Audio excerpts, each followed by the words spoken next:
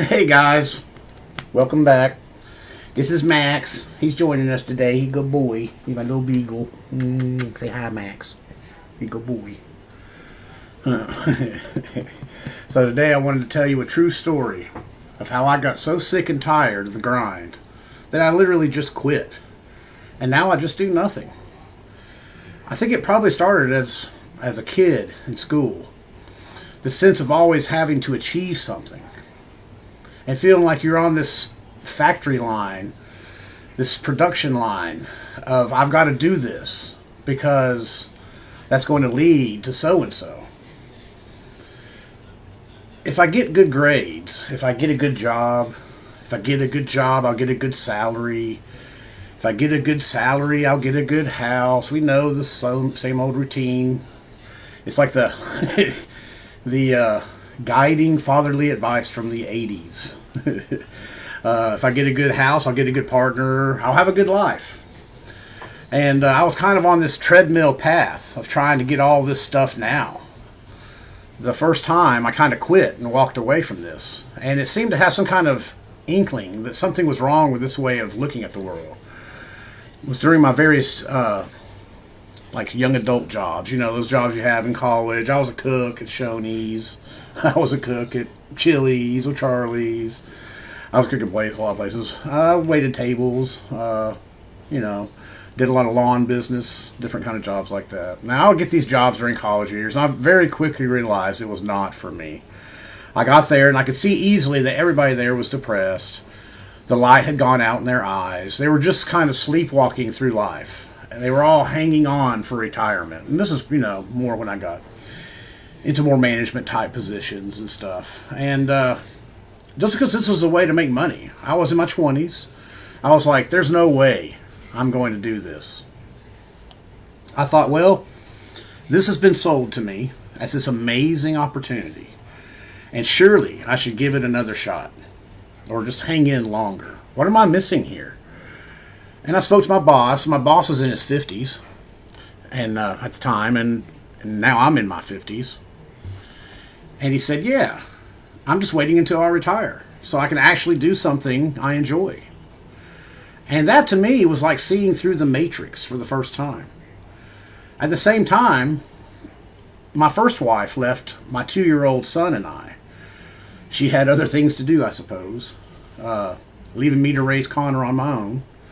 I was forced to open my eyes. Like I completely realized that this whole 9-to-5 work career ladder was just a complete joke. So I quit my job and I started my own business. I started mowing yards. I thought that was the way. And very quickly I fell on to the next treadmill. Now for me, that treadmill was trying to get recognition from my dad. My dad was old school. He was, born in the 40s. Didn't show much love or affection, really, and was very shortcoming in his praise.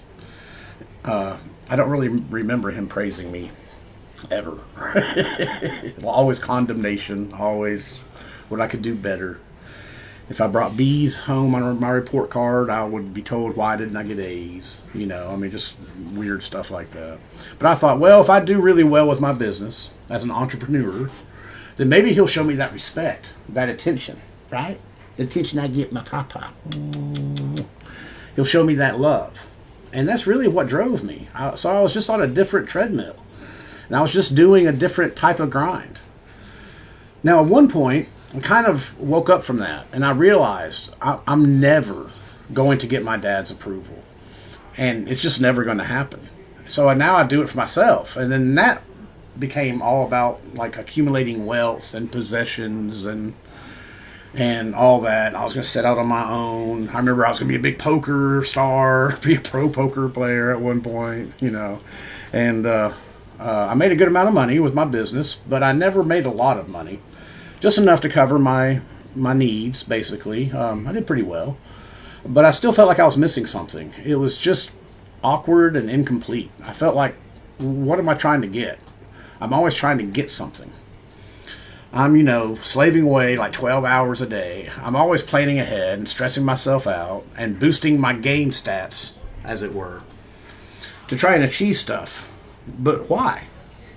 So I think maybe deep down, it was still try to get my father's approval. What are you doing over there, Spunky? My parents had moved full time out west, about 2,000 miles away. I'm in Tennessee.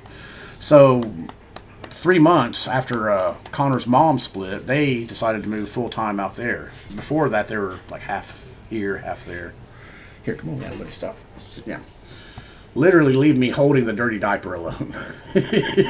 So my parents are still out there. I used to visit them, or they would visit back here about every year, then every other year. But that eventually ended because they stopped traveling.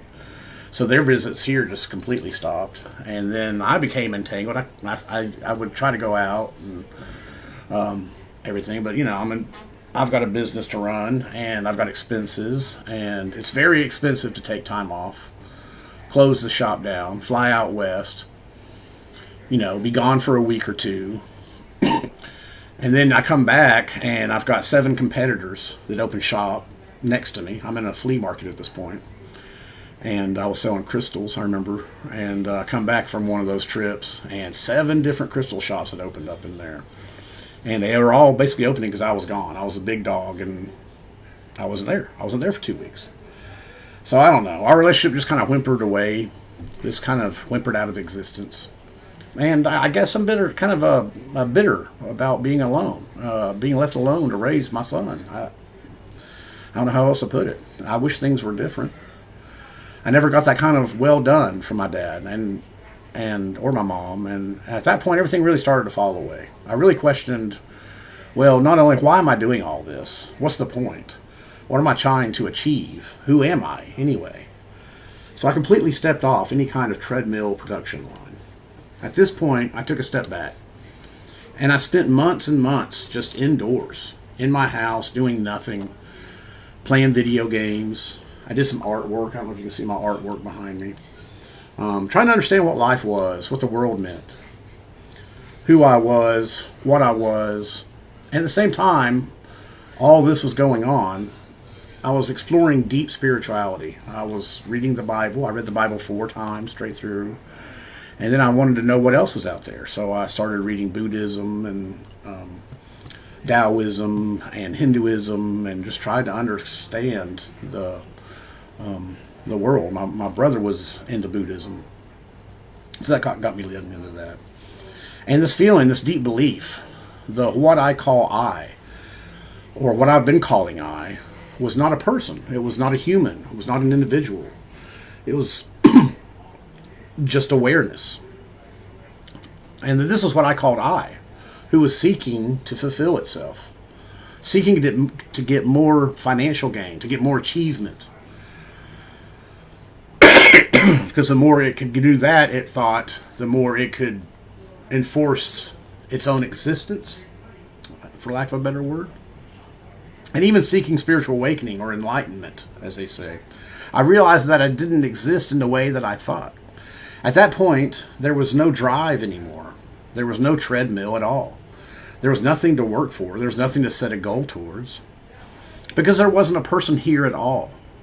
What can you do when you realize that you are not an individual? That it's just all that there is. That you are all that there is. And that that's the only thing that there is. And everything is you.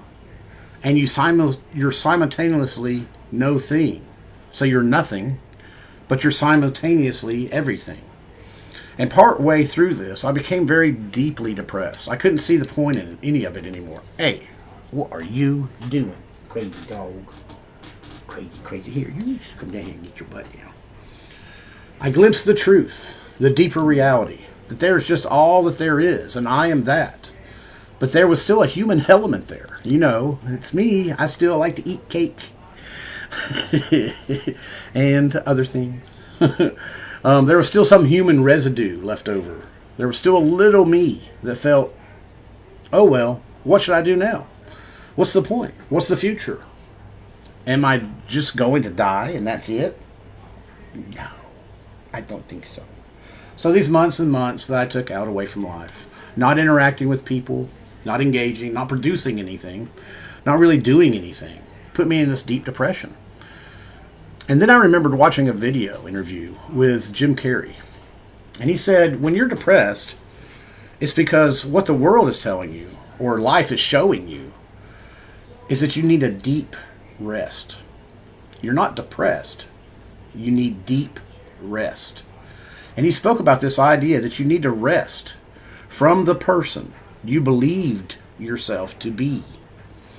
That it's the universe's way of saying you need to take a break from trying to uphold that individual, trying to lift your ego up, trying to lift you up and say, oh, I've got to pay the bills. I've got to do this. I've got to do that. I've got responsibilities. From trying to pretend that that's who you are. At that point, I was just sick and tired of pretending to be that individual, pretending to have to do all of this stuff, pretending that I could even make a difference. But initially, when there was still that connection to that little me, it felt hurt. It felt nihilistic in a way. It felt like completely pointless. What's the point anymore? But then I realized I could see it both ways. The bad news is you can't do anything. There's only one doer, and it ain't you. He's out doing his thing. But the good news is you don't have to do anything. You're just awareness. Sit back and enjoy the show. And I felt for a time that I would literally sit around for the rest of my days until this body withered away and died. I couldn't see how I'd ever be motivated. And I don't even really, death doesn't bother me anymore. Sickness doesn't bother me anymore. I mean, it sucks. But it's like, well, it's just going to happen. Something's going to happen. I'm going to get sick one day. Things happen. So this entity, this thing that was here, would ever be moved again to do anything. And then without explanation and without reason, several months later, it was as though I was inflated again, like Popeye's butt. Like those inflatable, tall, waving arms figures that you see outside of car dealerships. Something became animated inside me. There was no cause. There was no future plan. There was no goal or vision. There wasn't even an action. It was just an energy that was experienced by nobody. And people often ask, well, how do you get out of bed in the morning? Well, what motivates you? What makes you rise up in the morning and get out of bed? It just happens. When you take that step back into that seat of the observer, what you realize is there was never anybody doing anything ever. This is all happening through you and despite you. It's like the child who's sitting in the passenger seat of a car and pretending to steer the wheel. Thinking that he's steering left, he's steering right, and controlling the car. When you actually take your hands off the steering wheel of life, what you realize is you weren't doing any of it in the first place. Hands off. It all continues to happen. So while on the surface, it may look as if there is doing taking place, as if there is waking up occurring, as if there is creation of videos happening, as if there is speaking happening, as if there's only happenings to nobody. There's only that there is.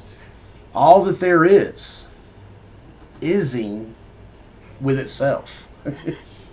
Hey guys, my name is John, and I am so glad you found this channel. Let me take a moment to tell you a little bit about myself and what this channel is all about. I'm 50 years old, and I've been through a lot of ups and downs in life, but there's one thing I've learned. Life is all about connection, learning, and making the most of the time we have. I'm a proud single father of my amazing son Connor. He is my business partner, he's my best friend, and honestly, the best teammate I could ever ask for. Together, we run a booth at the Great Smokies Flea Market. It's located off Interstate 40, exit 407, right here in East Tennessee. Every weekend, you'll find us there, sharing stories, meeting amazing people, and offering unique treasures and products we're passionate about. If you're ever in the area, we'd love for you to stop by and say hello. But this channel is about more than just our flea market adventures. It's a space where we'll dive into things we love, like poker nights, video games, and even some deep dives into topics like ancient wisdom and, yes, ancient aliens. This channel is also about building a community. Whether you're a poker enthusiast, a fellow single parent, or just someone curious about our lives and interests, or you like our dogs who's bothering me right now, Mr. Maxie Pie Pie. We want you to feel at home here. So if that sounds like your kind of vibe, come on, buddy. Come on. Come on. Good boy. We'd love for you to join us on this journey. Hit that like button, click subscribe, and don't forget to leave a comment below to introduce yourself. We'd love to hear from you. And hey, if you're ever near the Great Smokies Flea Market, and make sure to come by and see Connor and me. You'll find us there every weekend, ready to meet new friends and share our story. Thank you for watching, and welcome to the family. Say bye, Max. Bye, Max. Bye. Good boy.